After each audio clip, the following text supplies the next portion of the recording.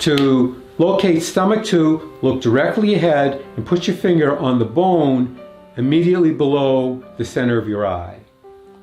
Right about here. This bone is called the orbital bone. Now move your finger down till it comes off the orbital bone like this. You'll be in a little depression.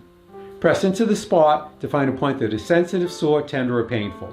That is stomach 2. Activate stomach 2 by rubbing the area quickly 5 times.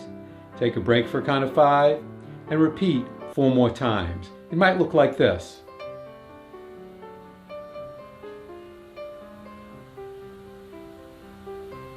Or if you have a SHIN, I suggest use the round end and it might look like this.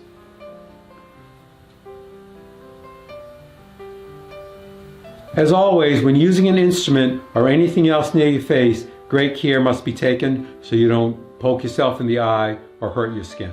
Now, find and activate stomach 2 underneath your other eye.